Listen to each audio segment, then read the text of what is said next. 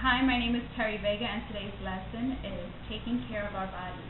One of my goals is to identify what our bodies need to be healthy. For example, exercise, good eating habits, cleanliness, sleep.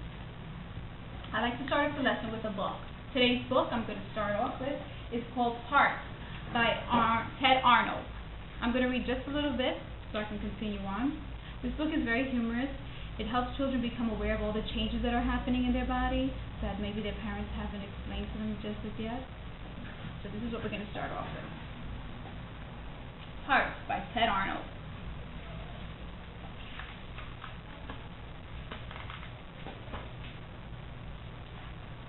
I just don't know what's going on or why it has to be, but every day it's something worse. What's happening to me?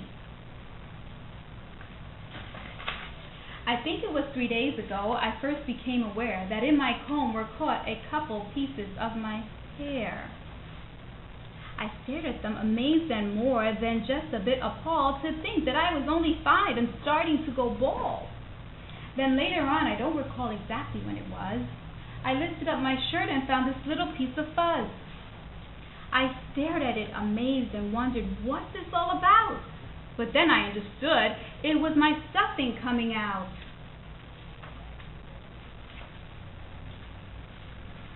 So now today I'm sitting here enjoying Dr. Seuss, and suddenly I realize a tooth is coming loose. I wiggled it, amazed, dismayed, too horrified to speak. Without my teeth, how can I eat? Already I feel weak. Now I'm really worried. I'm as scared as I can be, because finally what's happening is very clear to see. The glue that holds our parts together isn't holding me. What? You forgot to tell me teeth fall out, and when they do, some brand new teeth will soon begin to sprout? My hair, my skin, and everything, there's nothing I should fear, so all of me is normal? Whew! That's really good to hear. Then tell me, what's this yellow stuff I got out of my ear? So that is the book. And then I would open up the floor to the children and ask them, what kinds of foods do you think you need for your body to stay healthy and grow and be strong? And then also, what are the foods that you eat at home? And then I would have these two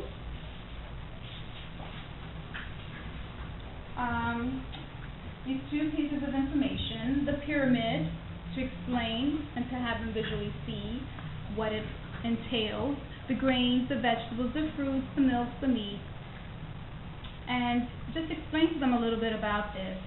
But also a week before, I would have parents send in magazines. I would send out flyers, please bring in magazines so that we can work on our fine motor skills and cut out different fruits, vegetables, any kinds of foods that they see in the magazine. And then later on that week we would form a chart and have them classify the foods as what are good foods and what are slow foods. And I have my son here to help me explain to you guys some of the things that he's learned he's a first grader, some of the things that he's learned in school with his teachers about good foods and slow foods. So can you tell me a little bit about what you think go foods are? Well, they help you grow. Help you grow, okay. And what do you think slow foods are? Foods that make you tired out. Tired out? Okay. So then you can begin gluing on good foods or go foods and slow foods, okay? And while he's doing that, I also have here some other books that are helpful in the lesson. Of course, The Very Hungry Caterpillar by Eric Carle, which shows the caterpillar eating all these foods, good and not so good foods, and how it makes him feel. And that's a lot of fun, and the colors are really great. And again, children can classify the fruits and vegetables. Another book, too, is called Pinkalicious. This is a good book as well. about a little girl who all she wants to do is eat sweets and how it makes her feel sluggish, and also just very good with that, classifying what healthy foods, what does to your body, versus what are slow foods and what that does to your body. So Pinkalicious by Victoria Kahn and Elizabeth Kahn. Eric Carle, The Very Hungry Caterpillar, and Parts by Ted Arnold. Now, Josiah, can I ask you to come over and do a science experiment? And this is about helping children to understand why it's so important to wash your fruits, your vegetables, your hands. Why do you think it's so important to be so cleanliness? Because I think, like, you get a lot of germs and you might get infected. Infections or something. Okay, so here we're going to do a science experiment. We have a bowl. Let's put the bowl over here and then we'll bring the camera up close. We have a bowl, a cup of water, and some cinnamon, as well as soap. Okay. So, Josiah, can you demonstrate how we learn about being clean? First, you pour a little bit of water.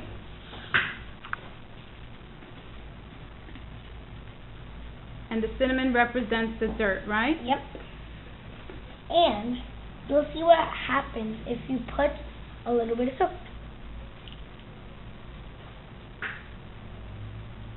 Wait a moment, it's not open. It's in though.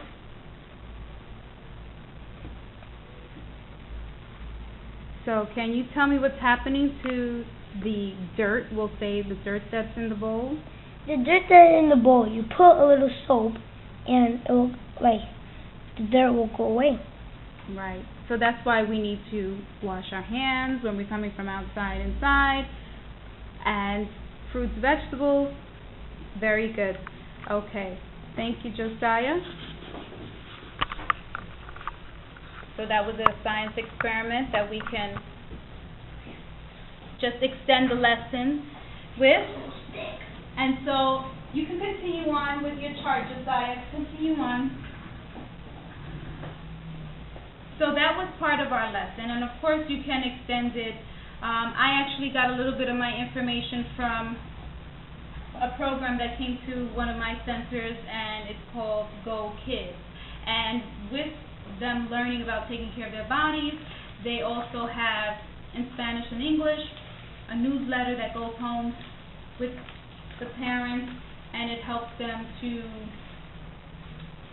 do some cooking exercises and activities that they can continue to do at home to keep healthy, as well as a take-home lesson that the children get that parents have to sit down and do with them. For example, this science lesson or activity that we did, parents would have to help them draw what they saw and what they learned from the experiment, and then they bring back home that drawing. So it involves the parents, which is what we all want, parent involvement. So that also is where I got some of my ideas for the lesson.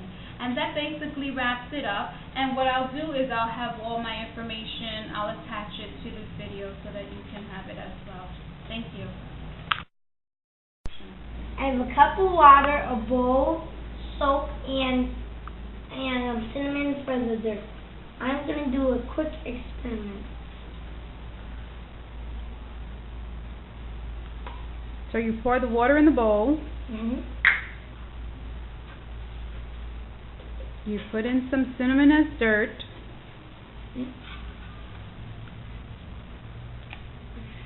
And what happens next? Whoa. Can you tell me what happened, Josiah? If you put soap, it clears out because it's like dirt, and if pretend it's soil and the water, it like gets soggy, and then like when it gets soggy, it moves kind of, and it's just like this. So why do you think it's so important that we use soap with water to wash our hands and our fruits and vegetables? Because you can get germs that way, and you can get Okay, thank you, Josiah. So this is Josiah's completed chart of Go Foods and Slow Foods. We can also extend this by having food samples, food tastings in the classroom. Of course, first making sure that children have no allergies to any fruits or vegetables.